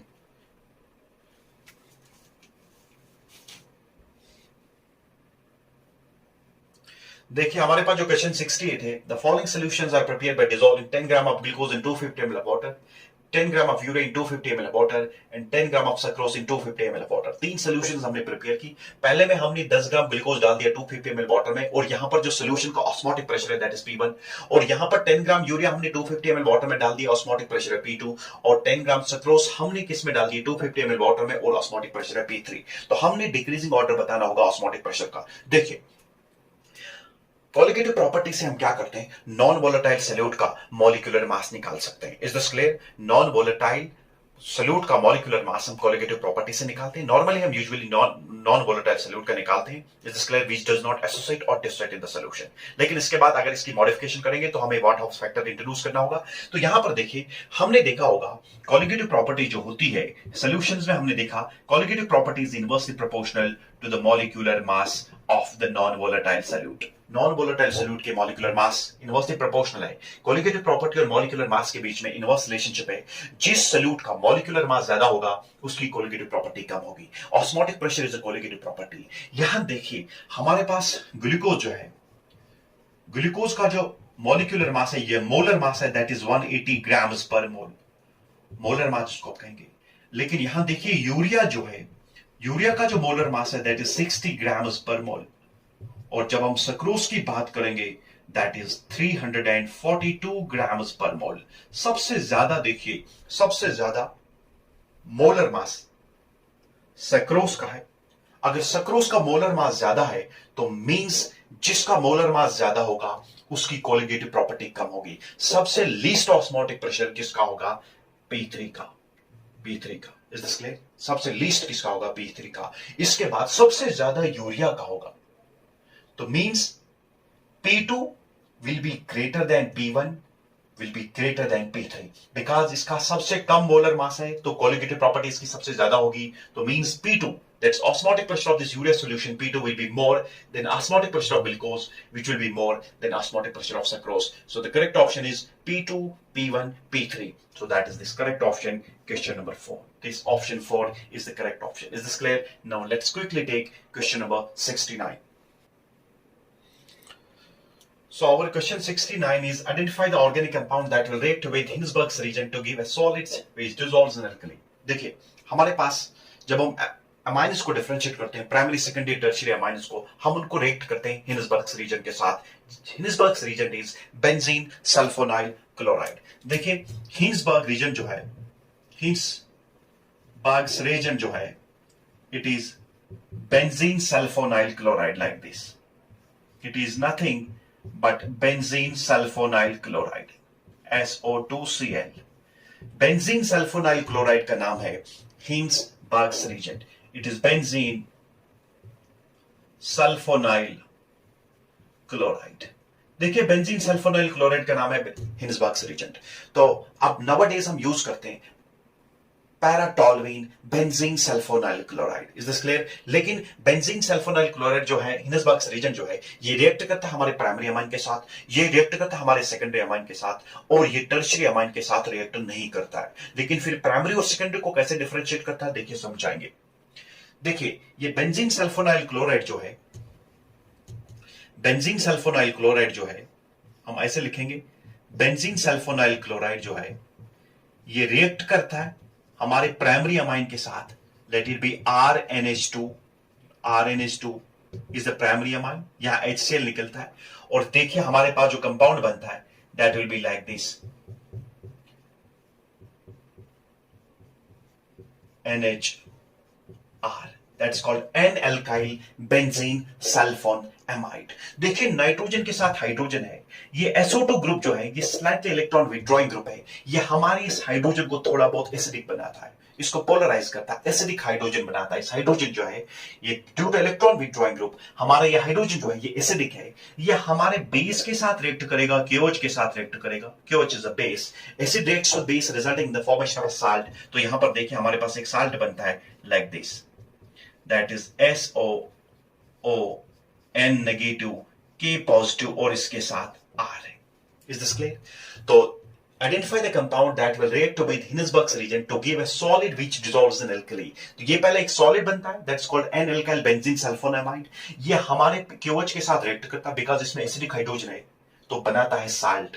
तो इसलिए यहां पर सिर्फ primary amine को identify करना होगा, secondary amine भी रिएक्ट करेगा. देखिए सेकेंडरी अमाइन जो है ये भी हमारे बेंजीन सल्फोनाइल क्लोराइड के साथ रिएक्ट करेगा like this. This is benzene sulfonyl chloride. It will react with this secondary amine. Secondary amine में देखिए सिर्फ एक हाइड्रोजन है, तो ऐसा करने से ये बनाता है NN dialkyl benzene sulfonamide like this. NN dialkyl benzene sulfonamide. इसको मैं रब करता हूं तो NN dialkyl benzene sulfonamide like this. It will be like this. NN dialkyl benzene sulfonamide. That's NR2. It's NN dialkyl benzene sulfonamide. क्योंकि हमारे nitrogen पे कोई एसिडिक हाइड्रोजन नहीं है इसलिए हमारे KOH के साथ रिएक्ट नहीं करेगा. तो KOH के साथ जब रिएक्ट नहीं करेगा तो हमारे पास हमें आइडेंटिफाई करना होगा सिर्फ कौन अमाइन, प्राइमरी अमाइन आइडेंटिफाई करना होगा. टर्शियरी अमाइन देखिए, टर्शियरी अमाइन में कोई हाइड्रोजन नहीं है जो हमारे क्लोरीन के साथ रिएक्ट करता है, इसलिए टर्शियरी अमाइन इस रीजन के साथ रिएक्ट नहीं करता है. तो इसमें जो रीजन प्राइमरी अमाइन के साथ रिएक्ट करता है वो पहले बनाता है N-alkyl benzene sulfonamide, इसके बाद ही KOH के साथ रिएक्ट करता बनाता है इसका साल्ट. तो यहां पर प्राइमरी अमाइन सिर्फ ये है. That's option third is the correct option. Secondary amine है, ये देखिए सेकेंडरी अमाइन है, ये टर्शियरी अमाइन है, ये प्राइमरी अमाइन है और ये नाइट्रो कंपाउंड है. So this is the correct option. That's option third. Let's take question number 70. देखिए क्वेश्चन 70 जो है, the compound which shows metamerism is. Metamers किनको हम कहते हैं? मेटामर जो है, metamers same molecular formula but different arrangement of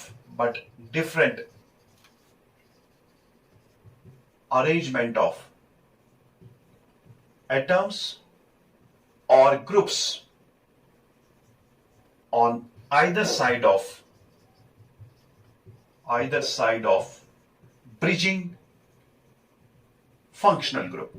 देखिए ये वो आइसोमर्स है, सेम मॉलिक्यूलर फार्मूला, आइसोमर्स का सेम मॉलिक्यूलर फार्मूला होता है, लेकिन यहां पर जो अरेंजमेंट ऑफ एटम्स या ग्रुप्स ऑफ एटम्स और either side of functional group different है. फंक्शनल ग्रुप के दोनों साइड नंबर ऑफ एटम्स या नंबर ऑफ ग्रुप्स डिफरेंट होंगे. तो देखिए फॉर एग्जांपल C3H8O, यहां पर देखिए यहां पर हम मेटामर नहीं बना सकते. आप कुछ भी आप ट्राई कीजिए, C3H8O में मेटामर नहीं बन सकता है, C3H6O में भी नहीं बन सकता है. लेकिन अगर हम इसमें ट्राई करेंगे C4H10O में, देखिए C4H10O में अगर हम ऐसे लिख सकते हैं CH3CH2 OCH2CH3, तो देखिए C4H10O है, it's called a diethyl ether, ethoxyethane जिसको आप कहते हैं, ये एक आइसोमर है। लेकिन अगर हम ऐसे लिख सकते हैं CH3O देन CH2CH2CH3, यहां पर देखिए, यहां पर अरेंजमेंट ऑफ एटम्स और groups on either side of bridging functional group is different. यहां पर देखिए दो ग्रुप्स हैं, यहां पर दो ग्रुप्स हैं, यहां पर देखिए तीन ग्रुप्स है और यहां पर सिर्फ एक ग्रुप है। यहां पर number of atoms on this side is 3, number of carbon atoms on side this side is 3, यहां पर number of carbon atoms on left side is 1,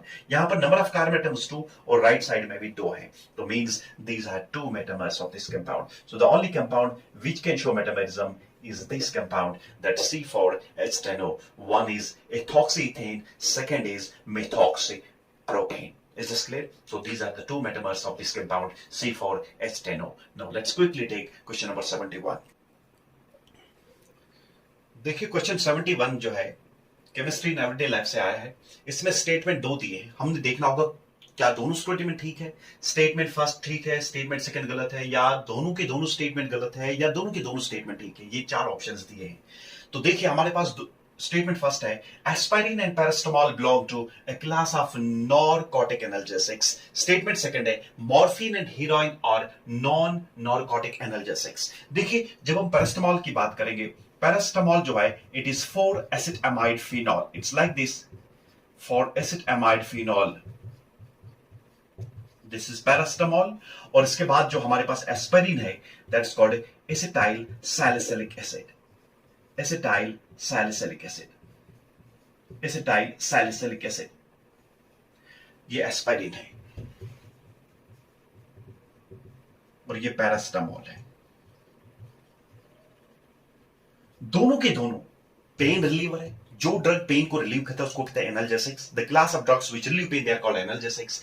लेकिन ये दोनों के दोनों ड्रग्स जो है these are non narcotic analgesics और इनको कहते हैं non addictive analgesics. Means paracetamol और एस्पाइरिन दोनों के दोनों पेन रिलीवर है और at the same time these are non addictive, non narcotic. Narcotic analgesics जो है, नॉरकोटिक एनाल्जेसिक्स जो है ये पेन रिलीवर है, these are pain relievers, but at the same time they produce unconsciousness. ये तो अनकॉन्शियसनेस इंड्यूस करते हैं, स्लीप इंड्यूस करते हैं, अनकॉन्शियसनेस इंड्यूस करते हैं, इनको कहते हैं नॉरकोटिक एनाल्जेसिक्स।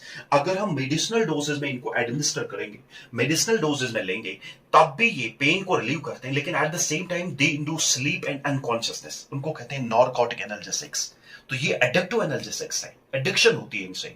और यहां देखिए, यहां पर इसमें आता है मॉर्फिन आता है, मॉर्फिन आता है, कोडीन आता है, हीरोइन आता है, इनको कहते हैं नॉरकोटिक एनाल्जेसिक्स। लेकिन अगर हम मेडिसिनल डोजेज में लेंगे, एक तो क्या होती है पेन को रिलीव करते हैं, लेकिन eight the same time they induce sleep and unconsciousness. लेकिन अगर हम ओवरडोज लेंगे, थोड़ा सा डोज इंक्रीज करेंगे, ऐसा करने से एक बॉडी में कंडीशन आती है जिसको कहते हैं stupor. Stupor means we are unable to think, we are unable to hear, is this clear? और इनफैक्ट कोमा में चला जाता है, ये कन्वल्शंस आती हैं और अल्टीमेटली डेथ होती है इंसान की। इसलिए नॉरकोटिक एनाल्जेसिक्स जो है दे आर एडिक्टिव एनाल्जेसिक्स। तो स्टेटमेंट फर्स्ट देखिए, aspirin and paracetamol they are analgesics but not narcotic, they are non-narcotic analgesics. So means statement correct first is incorrect.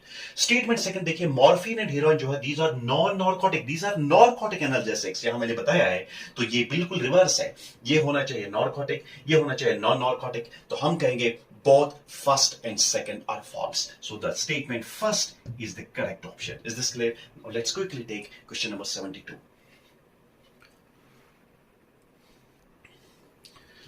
देखिए हमारे पास जो क्वेश्चन 672 है गैसियस स्टेट से आया है। The correct option for graphical representation of Boyle's law is, देखिए Boyle's law जो है it is pressure volume relationship.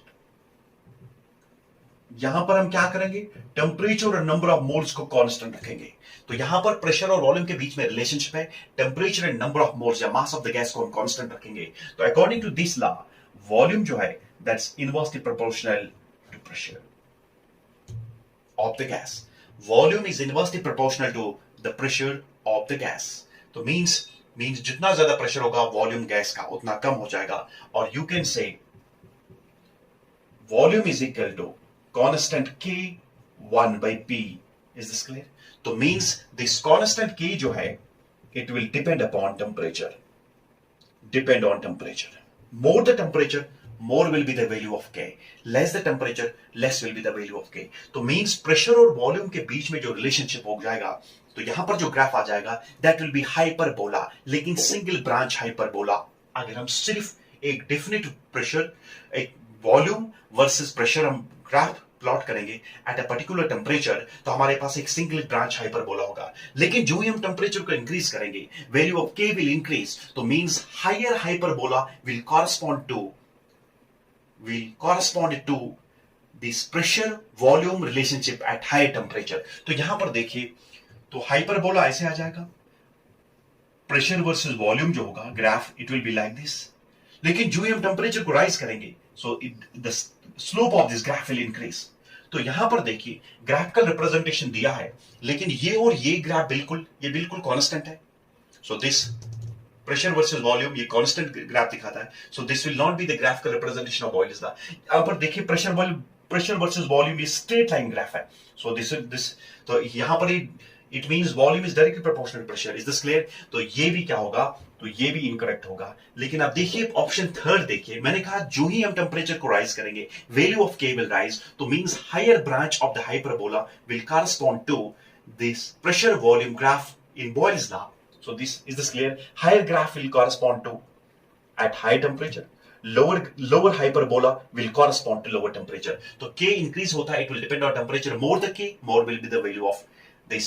More the T, more will be the value of K. So that is why the 600 Kelvin, this will correspond to 600 Kelvin, this will correspond to 400 Kelvin, and this will correspond to 200 Kelvin. So the correct option will be option third. यहाँ पर देखिए reverse है 200, 400, 600. हालांकि ये भी hyperbola है, ये भी हाइपरबोला है, लेकिन करेक्ट ऑप्शन जो क्या है, जिसका स्लोप ज्यादा होगा वो हाई टेम्परेचर पे आ जाएगा. 600 kelvin, 400 kelvin and 200 Kelvin. So the option third is the correct option. Is this clear? Now let's quickly take question number 73.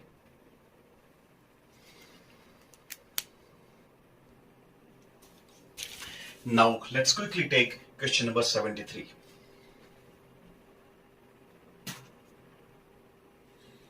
Now let's quickly take question number 73. The correct structure of 2,6-dimethyl decphorane. हमारे पास ये दिया है, nomenclature दिया है, एक organic compound का नाम दिया है, हमें आइडेंटिफाई करना होगा उसका स्ट्रक्चर क्या है. 2,6-डाइमिथाइल. तो यहां से नंबरिंग करेंगे 1 2 3 4 5. नहीं आ जाएगा 1 2 3 नहीं. So it is 1 2. So it is 1 2 3 4 5 6. ऐसे नंबरिंग करेंगे 1 2 3 4 5 6 7 8 9 10. तो 2,6-डाइमिथाइल आ गया. 2,6-डाइमिथाइल डेक्फोरपेइन है, तो dec four ene. The correct option will be this option. Nomenclature question, बहुत आसान क्वेश्चन है. Two six dimethyl dec four ene. Is this clear? Now let's quickly take question number 74. देखिए क्वेश्चन 71 जो है केमिस्ट्री इन एवरीडे लाइफ से आया है. इसमें स्टेटमेंट दो दिए हैं, हमने देखना होगा क्या दोनों स्टेटमेंट ठीक है, स्टेटमेंट फर्स्ट ठीक है, स्टेटमेंट सेकंड गलत है, या दोनों के दोनों स्टेटमेंट गलत है, या दोनों के दोनों स्टेटमेंट ठीक है. ये चार ऑप्शंस दिए हैं. तो देखिए हमारे पास स्टेटमेंट फर्स्ट है, aspirin and paracetamol belong to a class of narcotic analgesics. Statement second है, मॉर्फिन एंड हीरोइन और नॉन नॉर्कोटिक एनाल्जेसिक्स. देखिए जब हम पैरास्टामोल की बात करेंगे, पैरास्टामोल जो है it is 4-acetamide phenol. It's like this 4-acetamide phenol. This is paracetamol. और इसके बाद जो हमारे पास एस्पाइरिन है, that's called acetyl salicylic acid. Acetyl salicylic acid. Acetyl salicylic acid, ये एस्पाइरिन है और ये पैरास्टामोल है. दोनों के दोनों पेन रिलीवर है. जो ड्रग पेन को रिलीव करता है उसको कहते हैं analgesics. The class of drugs which relieve pain they are called analgesics. लेकिन ये दोनों के दोनों ड्रग्स जो हैं, these are non narcotic analgesics, और इनको कहते हैं non addictive analgesics. Means paracetamol और एस्पाइरिन दोनों के दोनों पेन रिलीवर है, और at the same time these are non addictive, non narcotic. Narcotic analgesic जो है, नॉर्कोटिक एनाल्जेसिक्स जो है ये पेन रिलीवर है, these are pain relievers, but at the same time they produce unconsciousness। ये तो अनकॉन्शियसनेस इंड्यूस करते हैं, स्लीप इंड्यूस करते हैं, अनकॉन्शियसनेस इंड्यूस करते हैं, इनको कहते हैं नॉर्कोटिक एनाल्जेसिक्स। अगर हम मेडिसिनल डोजेज में इनको एडमिनिस्टर करेंगे, मेडिसिनल डोजेज में लेंगे, तब भी ये पेन को रिलीव करते हैं, लेकिन eight the same time they induce sleep and unconsciousness, उनको कहते हैं नॉर्कोटिक एनाल्जेसिक्स। तो ये एडिक्टिव एनाल्जेसिक्स है, एडिक्शन होती है इनसे। और यहां देखिए, यहां पर इसमें आता है मॉर्फिन आता है, मॉर्फिन आता है, कोडीन आता है, हीरोइन आता है, इनको कहते हैं नॉर्कोटिक एनाल्जेसिक्स। लेकिन अगर हम मेडिसिनल डोजेज में लेंगे, एक तो क्या होती है, पेन को रिलीव करते हैं, लेकिन eight the same time they induce sleep and unconsciousness. लेकिन अगर हम ओवरडोज लेंगे, थोड़ा सा डोज इंक्रीज करेंगे, ऐसा करने से एक बॉडी में कंडीशन आती है जिसको कहते हैं stupor. Stupor means we are unable to think, we are unable to hear, is this clear? और इनफैक्ट कोमा में चला जाता है, ये कन्वल्शंस आती है और अल्टीमेटली डेथ होती है इंसान की। इसलिए नॉर्कोटिक एनाल्जेसिक्स जो है दे आर एडिक्टिव एनाल्जेसिक्स। तो स्टेटमेंट फर्स्ट देखिए, aspirin and paracetamol they are analgesics but not narcotic, they are non narcotic analgesics. तो means statement correct, first is incorrect. Statement second देखिए, मॉर्फिन एंड हेरोइन जो है these are non narcotic, these are narcotic analgesics. यहां मैंने बताया है, तो ये बिल्कुल रिवर्स है, ये होना चाहिए नॉर्कोटिक, ये होना चाहिए नॉन नॉर्कोटिक। तो हम कहेंगे both first and second are false, so the statement first is the correct option. Is this clear? Now let's quickly take question number 72. हमारे पास जो question 672 है, gaseous state से आया है। The correct option for graphical representation of Boyle's law is, देखिए Boyle's law जो है it is pressure volume relationship। यहां पर हम क्या करेंगे, टेम्परेचर और नंबर ऑफ मोल्स को कांस्टेंट रखेंगे। तो यहां पर प्रेशर और वॉल्यूम के बीच में रिलेशनशिप है, temperature and number of moles या मास ऑफ द गैस को हम कांस्टेंट रखेंगे। तो according to this law, volume जो है that's inversely proportional to pressure of the gas. Volume is inversely proportional to the pressure of the gas. तो means जितना ज्यादा प्रेशर होगा वॉल्यूम गैस का उतना कम हो जाएगा। और you can say volume is equal to constant K 1 by P. Is this clear? तो means this constant K जो है it will depend upon temperature. Depend on temperature. More the temperature, more will be the value of K. Less the temperature, less will be the value of K. तो means pressure और volume के बीच में जो relationship हो जाएगा, तो यहां पर जो ग्राफ आ जाएगा that will be hyperbola, लेकिन single branch hyperbola। अगर हम सिर्फ एक definite pressure, एक वॉल्यूम वर्सेस प्रेशर हम ग्राफ प्लॉट करेंगे एट अ पर्टिकुलर टेम्परेचर, तो हमारे पास एक सिंगल ब्रांच हाइपरबोला होगा। लेकिन जो ही हम टेम्परेचर को इंक्रीज करेंगे, value of K will increase, तो means higher hyperbola will correspond to this pressure volume relationship at higher temperature. तो यहां पर देखिए, तो हाइपरबोला ऐसे आ जाएगा, प्रेशर वर्सेस वॉल्यूम जो होगा graph it will be like this. लेकिन जो ही हम टेम्परेचर को राइज करेंगे, so the slope of this graph will increase. तो यहां पर देखिए ग्राफिकल रिप्रेजेंटेशन दिया है, लेकिन ये और ये ग्राफ बिल्कुल कांस्टेंट है।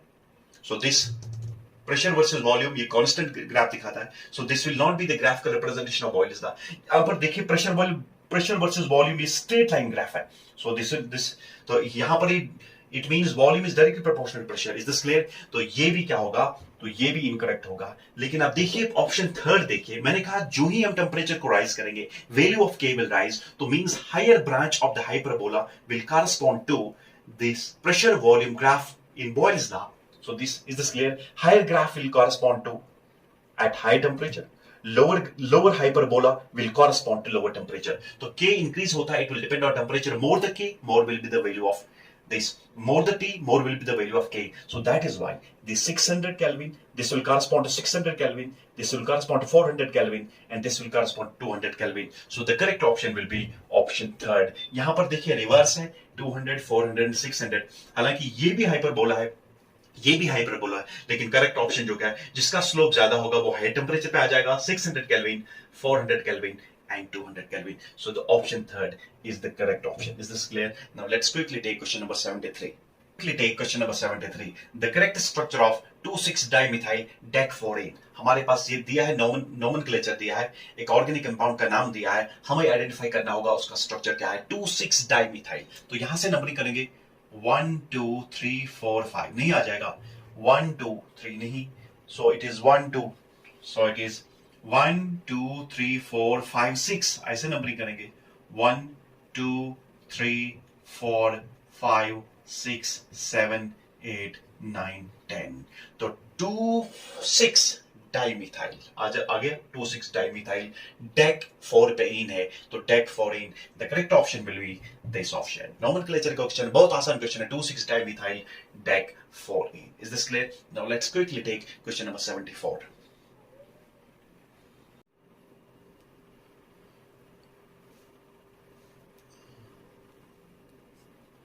So our question 74 is the incorrect statement is. देखिए हमारे पास 4 स्टेटमेंट्स दिए हैं, तो हमें देखना होगा इनकरेक्ट स्टेटमेंट क्या है. फर्स्ट देखिए क्या है. Most of the trivalent lanthanide ions are colourless in the solid state.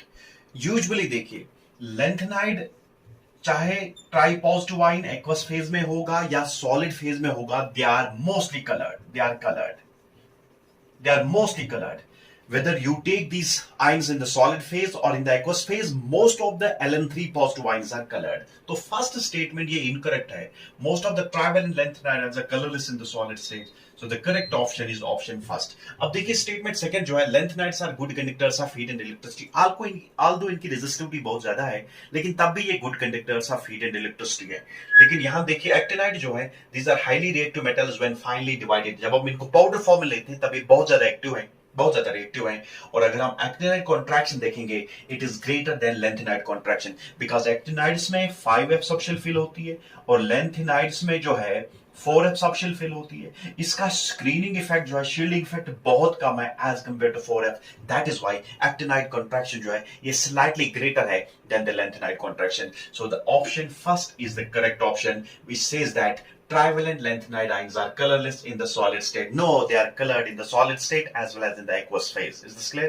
Now let's take question number 75. 75 is which is metal displacement reaction. बहुत आसान सा क्वेश्चन है. देखिए फर्स्ट है Cr2O3 plus aluminum gives Al2O3 plus 2ICr. तो यहां देखिए एक मेटल दूसरे मेटल को डिस्प्लेस करता है, ये metal displacement reaction. In fact this reaction is aluminothermite process. Aluminothermite process में हम मेटल को एक्सट्रैक्ट करते हैं. कैसे एक्सट्रैक्ट करते हैं? By reducing it's oxide by using aluminium powder. हम इसके ऑक्साइड को रिड्यूस करते हैं बाय यूजिंग एल्युमिनियम पाउडर. यहाँ एल्युमिनियम क्रोमियम को रिप्लेस करता है, एल्यूमिना बनाता है और क्रोमियम बाहर निकलता है. It's a metal displacement reaction. Rest all the three are not metal displacement reaction. So option first is the correct option. Is this clear? Now let's quickly take question number 76. Is the correct option for the relationship between Cp and Cv for 1 mole of ideal gas. हमें 1 mole of ideal gas दिया है, तो हमें relation निकालनी होगी Cp and Cv. देखिए Cp and Cv आपने पढ़ा होगा एनर्जेटिक्स में. तो Cp specific heat at constant pressure and specific heat at constant volume for 1 mole of ideal gas. हमने देखा है specific heat at constant pressure for 1 mole of ideal gas is more than the specific heat at constant volume by how many moles? By 2 calories. That's Cp minus Cv, that is equal to R. Means Cp is greater than Cv by R. R approximately, R का value है 2 calories per mole per Kelvin. जैसे R का value है 0.082 litre atmosphere पर kelvin पर मोल और 8.314 joules per Kelvin per mole, और R is approximately equal to 2 calories per Kelvin per mole. तो देखिए यहाँ पर Cp minus Cv जो है that is equal to R. Means Cp is greater than Cv by approximately 2 calories. Is this clear? So the correct option is Cp minus Cv is equal to R. Is this clear? Now let's quickly take question number 77. 77 is which among the following alkaline earth metal halides is covalent and soluble in organic solvent. देखिए हमारे पास 4 alkaline halides हैं, alkaline earth metal halides हैं. Strontium chloride है, magnesium chloride है, beryllium chloride है, calcium. तो हमने देखा ग्रुप सेकंड में एलिमेंट्स आते हैं beryllium, magnesium, calcium, strontium, barium and radium. तो देखिए यहां पर दिया है बेरिलियम क्लोराइड BeCl2, यहां पर दिया है मैग्नीशियम क्लोराइड, यहां पर दिया है कैल्शियम क्लोराइड और यहां पर दिया है strontium chloride, strontium chloride, magnesium chloride, beryllium chloride and calcium chloride. देखिए सबसे छोटा आयन जो होगा बेरिलियम डाइपॉजिटिव का, इसके बाद मैग्नीशियम डाइपॉजिटिव, कैल्शियम डाइपॉजिटिव और स्ट्रोंटियम डाइपॉजिटिव। जो ही हम डाउन द ग्रुप जाएंगे atomic size will increase, ionic size will increase. जितना कैटाइन का साइज कम होगा उतनी उसकी चार्ज डेंसिटी ज्यादा होगी। आपने फजान्स रूल में पढ़ा होगा, चार्ज का होता है, कैटाइन का होता है पोलराइजिंग पावर और एनाइन की होती है पोलराइजेबिलिटी।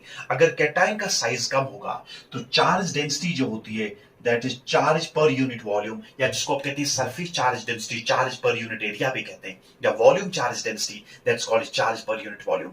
तो देखिए चार्ज डेंसिटी जो होती है वो साइज पे डिपेंड करती है। अगर कैटाइन का साइज छोटा है उसकी चार्ज डेंसिटी ज्यादा होती है, वो हमारे एनाइन को ज्यादा से ज्यादा पोलराइज करता है, और जब ज्यादा से ज्यादा पोलराइज करता है, ज्यादा से ज्यादा पोलराइज एनाइन का मतलब ये है कि ज्यादा से ज्यादा चार्ज न्यूट्रलिटी होती है, और चार्ज न्यूट्रलिटी कैरेक्टरिस्टिक फीचर होता है कोवेलेंट बॉन्ड का, is this clear, covalent compound का। तो सबसे ज्यादा कोवेलेंट होगा बेरिलियम क्लोराइड, बिकॉज इसमें छोटा कैटाइन है, छोटे कैटाइन का ज्यादा पोलराइजिंग पावर होगा। तो the among alkaline earth metals जो कोवेलेंट है और सॉल्युबल होगा ऑर्गेनिक सॉल्वेंट में, that will B beryllium chloride. सबसे ज्यादा कोवेलेंट होगा बेरिलियम क्लोराइड, इसके बाद होगा मैग्नीशियम क्लोराइड, इसके बाद होगा कैल्शियम क्लोराइड, और इसके बाद होगा strontium chloride. Is this clear? Now let's quickly take question number 78। और question 78 is dihedral angle of least stable conformer of ethane is. देखिए इथेन के जो कन्फॉर्मर्स हैं, बहुत सारे कन्फॉर्मर्स होते हैं इथेन के, लेकिन मोस्ट प्रोमिनेंट है, एक स्टगर्ड होता है और दूसरा इक्लिप्स्ड। स्टगर्ड मोस्ट स्टेबल होता है और इक्लिप्स्ड लीस्ट स्टेबल होता है। देखिए least stable conformer of ethane जो होता है स्टगर्ड होता है लाइक दिस। सो देखिए this is the eclipsed conformer of ethane, और स्टगर्ड में देखिए क्या है, staggered conformer जो होता है it will be like this, staggered conformer of ethane, the staggered conformation, and this is eclipsed conformation। eclipsed में बिल्कुल दो bonds point करते हैं in the same direction, means that the dihedral angle will be 0 degree। is this clear? तो dihedral angle in case of least stable conformer जिसको आप कहते हैं eclipsed conformer, eclipsed conformer, और ये स्टेगर्ड कन्फॉर्मर होता है, स्टेगर्ड स्टेबल होता है। यहां पर देखिए बिल्कुल face to face group point करते हैं, तो दैट इज व्हाई यहां पर ज्यादा रिपल्शन ज्यादा होगी ग्रुप्स के बीच में, इसलिए लीस्ट स्टेबल है, और यहां पर जो डाइहेड्रल एंगल है that is 0 degree. So the option third is the correct option. Now let's quickly take question number 79। 79 is EDTA ion is, हमारे पास एक लिगेंड दिया है इथिलीन डायमाइन टेट्राएस्टेट। हमारे पास इथिलीन डायमाइन टेट्राएस्टेट जो है ये इट इज लाइक दिस,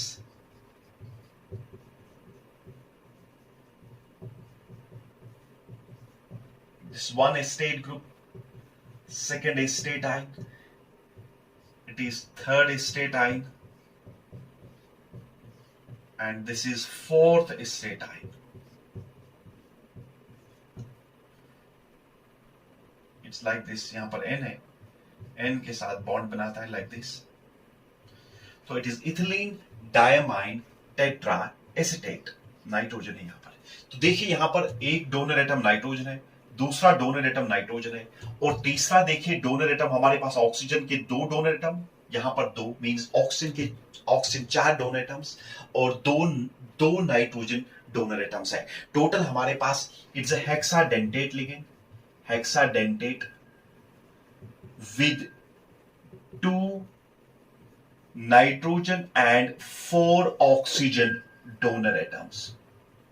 हमारे पास डोनर एटम्स जो है जो कोऑर्डिनेट बॉन्ड बनाएंगे, 4 ऑक्सीजन बना सकते हैं और 2 नाइट्रोजन बना सकते हैं।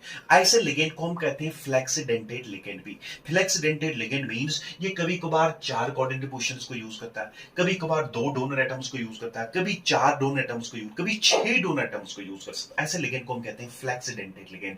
तो देखिए इसमें जो करेक्ट ऑप्शन होगा hexadentate with 2 nitrogen and 4 oxygen donor atoms. तो मोस्ट प्रोबेबली ये शायद ऑप्शन 4 है हमारे इस N3 बुकलेट कोड में। तो it is option 4। Is this clear? Now let's quickly take question number 80। Another easy question is RBC deficiency, जिसको आप एनीमिया कहते हैं, रेड ब्लड सेल्स का कम होना जिसको एनीमिया कहते हैं, that is due to the deficiency of which vitamin? vitamin B6, B1, B2 और B12. So it is B12. Vitamin B12 की डेफिशिएंसी से हमारे पास क्या होती है कि आरबीसी डेफिशिएंसी होती है, जिसको कहते हैं एनीमिया. सो इसका नाम है cobalamin. Cobalamin. So vitamin B12 is technically called cobalamin. तो इसका जो biological name है, that's cobalamin, is vitamin B12. Is this clear? Now let's take question number 81. Easy question is the maximum temperature that can be achieved in the blast furnaces. देखिए blast furnace में जो maximum temperature achieve किया जाता है, that is up to 2200 Kelvin. 2200 Kelvin. देखिए ये बिल्कुल memory based question है. तो अप टू 2200 केल्विन हम अचीव कर सकते हैं टेम्परेचर किसमें? ब्लास्ट फर्नेस में. Is this clear? Now let's quickly take question number 82. Take question number 82. तो क्वेश्चन नंबर 82 में हमने देखा है एक ऑर्गेनिक रिएक्शन है. हमने देखना होगा कि मेजर प्रोडक्ट कौन बनेगा. हम प्रोडक्ट बनाएंगे, ऑप्शन आप खुद देखेंगे. देखिए यहां पर एक एल्कीन है, इसको ट्रीट किया हमने HBr के साथ, लेकिन इन presence of benzoyl peroxide. In presence of benzoyl peroxide. Benzoyl peroxide, जिसको आपने पढ़ा होगा पेरोक्साइड इफेक्ट या खराश इफेक्ट. हमने कहा जब एक अनसिमेट्रिकल रीजन अनसिमेट्रिकल एल्कीन पे ऐड होता है, attacking region, negative part of the attacking region goes to that carbon atom which has lesser number of hydrogen atoms. Is this clear? जिसको आप कहते हैं मार्कोवेनिकोफस रूल. लेकिन जब हम HBr लेते हैं, लेकिन HBr को अगर हम इन एब्सेंस ऑफ पेरोक्साइड लेंगे तब मार्कोवेनिकोफस रूल अप्लाई होता है. लेकिन जब आपने देखा ये बेंजोइल पेरोक्साइड है, जब हम इन प्रेजेंस ऑफ HBr को, only HBr, not HCl, not HI, जब हम HBr को ट्रीट करेंगे अनसिमेट्रिकल एल्कीन के साथ इन प्रेजेंस ऑफ बेंजोइल पेरोक्साइड, हम देखते हैं यहां पर नेगेटिव पार्ट जो होता है अटैकिंग रीजन का, ये जाता है उस कार्बन पे which has more number of hydrogen atoms, means anti to Markovnikov's rule, which is called peroxide effect और खराश इफेक्ट. यहां फ्री रेडिकल मैकेनिज्म होता है, वहां पर इलेक्ट्रोफिलिक एडिशन होता है. तो यहां पर देखिए क्या होता है कि हमारे पास जो प्रोडक्ट बनेगा ये पॉजिटिव पार्ट है, ये नेगेटिव पार्ट है. अगर मार्कोवेनिकोफस रूल अप्लाई होता तब नेगेटिव पार्ट चला जाता है उस कार्बन पे डबली बॉन्डेड कार्बन पे जिसपे हाइड्रोजन कम है, तो यहां पर चला जाता. क्योंकि ये एंटी मार्कोवेनिकोफस रूल है, जिसको हम पेरोक्साइड इफेक्ट कहेंगे, खराश इफेक्ट कहेंगे, because in presence of benzoyl peroxide free radical mechanism के थ्रू द्वारा ये रिएक्शन होती है. तो यहां पर negative part will go to that carbon atom which is more number of hydrogen atoms. So the product will be CH3 like this, CH3, और यहां पर देखिए इट विल बी CH, और यहां पर इसके साथ H आ गया, और इसके साथ देखिए CH2 और Br. It is 1 bromo 3 methyl butane बनता है. Is this clear? 1 2 3 4 1 bromo 3 methyl butane, because bromine negative part उस डबली बॉन्डेड कार्बन पे गया जहां पर हाइड्रोजन ज्यादा है, according to which rule? Anti Markovnikov's rule और पेरोक्साइड इफेक्ट और Kharasch effect. So this will be the major product. शायद ऑप्शन सेकंड होगा इस सीरीज में, N3 में ये second option is the correct option. Is this clear? Now let's quickly take question number 83. Organic chemistry का the major product formed in dehydrohalogenation of 2-bromopentane. 2-bromopentane is pent-2-ene. This is based on which principle? Honda's rule, Hofmann rule, Huxley's rule and Sazafer's rule. देखिए dehydrohalogenation में हमेशा highly substituted alkene as a product बनता है, जिसको हम कहते हैं Sazafer's rule. अगर हम लेंगे यहाँ पर 2-bromopentane, देखिए it is 2-bromopentane. 2-bromopentane की जब डिहाइड्रोहैलोजिनेशन होती है, हाइड्रोजन यहां से भी निकलता है और यहां से भी निकल सकता है. दो ऑप्शन है हाइड्रोजन के निकलने की. तो अगर यहां से निकलता है तो हमारे पास जो प्रोडक्ट बनता है, तो 2 types of products will be formed. So one product will B CH2 double bond CH single bond CH2 CH3, that's called pent-1-ene. लेकिन अगर यहां से निकलता है it will be CH3 CH double bond CH single bond CH2 and CH3, it will be pent-2-ene. लेकिन according to Sazafer's rule डिहाइड्रोहैलोजिनेशन ऐसे होती है जिसमें highly substituted alkene means having lesser number of hydrogen atoms on the doubly bonded carbon atoms. तो देखिए highly substituted alkene, यहाँ 2 और 1 3 hydrogen है doubly bonded carbon पे, लेकिन यहाँ doubly bonded carbon पे सिर्फ 2 हाइड्रोजन हैं. It's a highly substituted alkene. So this will be formed as a major product, this will be formed as a minor product. So that's why this rule, this dehydrohalogenation proceeds through which role? That's called Saint-Joseph rule. Means highly substituted alkane, means having lesser number of hydrogen atoms on the doubly bonded carbon atoms is formed as a major product. So option 4 is the correct option. Now let's quickly take question number 84. Now let's quickly take question number 84. बहुत आसान सा question है. हमें दिया है molar conductance NaCl, HCl and CH3CONA. Sodium acetate जिसको कहते हैं.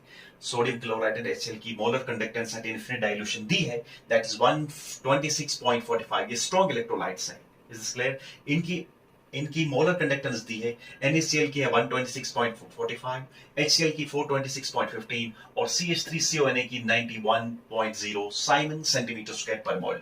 तो हमें बताना होगा molar conductance of acetic acid at infinite dilution. हमने देखा होगा कोलराच's लॉ, जब हम इलेक्ट्रोकेमिस्ट्री पढ़ते हैं कोलराच's लॉ में हम क्या करते हैं, हम Kohlrausch's law of independent migration of ions, हम वीक इलेक्ट्रोलाइट की मोलर कंडक्टेंस निकाल सकते हैं इनफिनिट डाइल्यूशन. ज्योग्राफिकली हम नहीं निकाल सकते, तो वीक इलेक्ट्रोलाइट की molar conductance at infinite dilution कैसे निकालेंगे?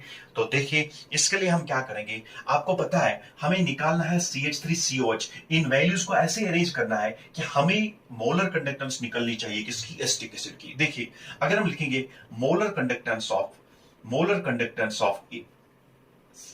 CH3COOH at infinite dilution, that will simply be equal to molar conductance of acetate at infinite dilution plus molar conductance of H positive ion at infinite dilution. तो देखिए हम ये कैसे हमारे इन तीन values को हम ऐसे अरेंज करेंगे, हमें निकलना चाहिए acetate ion plus H positive ion का मोलर कंडक्टेंस. तो देखिए हम क्या करेंगे, हम लिखेंगे molar conductance of acetic acid will be equal to, so that will be equal to molar conductance of sodium acetate at infinite dilution. It will be CH3CO negative plus molar conductance of Na positive. और इसके बाद हम देखेंगे plus हम करेंगे molar conductance of HCl at infinite dilution और minus करेंगे हम molar conductance of NaCl at infinite dilution.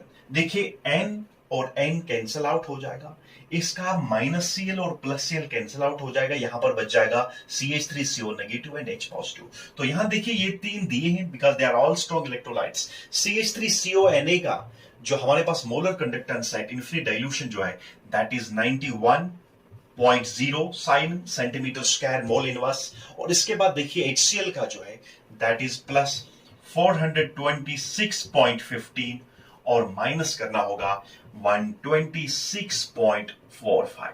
So देखिए it will come out to be 517.15 minus 126.45. So that will be nearly equal to 390.71 Simon centimeter square mole inverse. So Siemens centimeter square mole inverse is the molar conductance of acetic acid at infinite dilution. So it will be 390.71 Siemens centimeter square mole inverse. Is this clear? Now let's quickly take question number 85. Let's take question number 85. देखिए question number 85 में the correct option for the number of BCC unit cells in all 14 types of Brave's lattice unit cells is. देखिए हमारे पास 7 crystal systems हैं. We have 7 crystal systems. Sir कौन कौन crystal system है? एक होता है cubic, tetragonal, orthorhombic, monoclinic, triclinic, rhombohedral, hexagonal. इनको हम डिफरेंशिएट करते हैं on the base of cell parameters that is interfacial angles and edge lengths. तो देखिए हमारे पास 7 क्रिस्टल सिस्टम्स है, cubic, tetragonal, orthorhombic, monoclinic, triclinic, rhombohedral and hexagonal. लेकिन ये 7 क्रिस्टल सिस्टम जो है they fall in 14 types of Braves lattice. 14 types of Braves lattice. तो हमारे पास 7 क्रिस्टल सिस्टम है लेकिन 14 ब्रेव्स लैटिस है.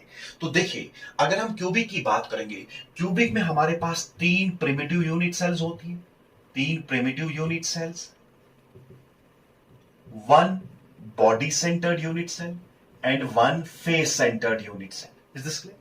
इन द सेम वे टेट्रागोनल में भी एक बॉडी सेंटर्ड यूनिट सेल होती है और ऑर्थोरोम्बिक में भी एक बॉडी सेंटर्ड यूनिट सेल होती है. फिर इसके बाद मोनोक्लिनिक, ट्राइक्लिनिक, रोबोहेड्रल एंड हेक्सागोनल में कोई बॉडी सेंटर्ड यूनिट सेल नहीं पाई जाती है. दैट इज व्हाई हमारे पास इन ऑल जो है 3 ब्रेविस, तो so unit cell कितने, the correct option for the number of BC unit cells in all 14 types of Brevis lattices, ये जो 14 Brevis lattices में हमारे पास सिर्फ 3 बॉडी सेंटर्ड यूनिट सेल्स पाई जाती है, एक क्यूबिक में, एक टेट्रागोनल में और एक ऑर्थोरोम्बिक में. So these are 3 body centered unit cells which are found in cubic, tetragonal and orthorhombic. Monoclinic, triclinic, robohedral and hexagonal में सिर्फ प्रिमिटिव होती है, प्रिमिटिव यूनिट सेल्स होती है. Is this clear? और यहाँ पर देखिए प्रिमिटिव भी है, बॉडी सेंटर्ड भी है, फेस सेंटर्ड भी है. यहाँ पर देखिए बॉडी सेंटर्ड भी है, फेस सेंटर्ड भी है, एज सेंटर्ड यूनिट सेल भी होती है.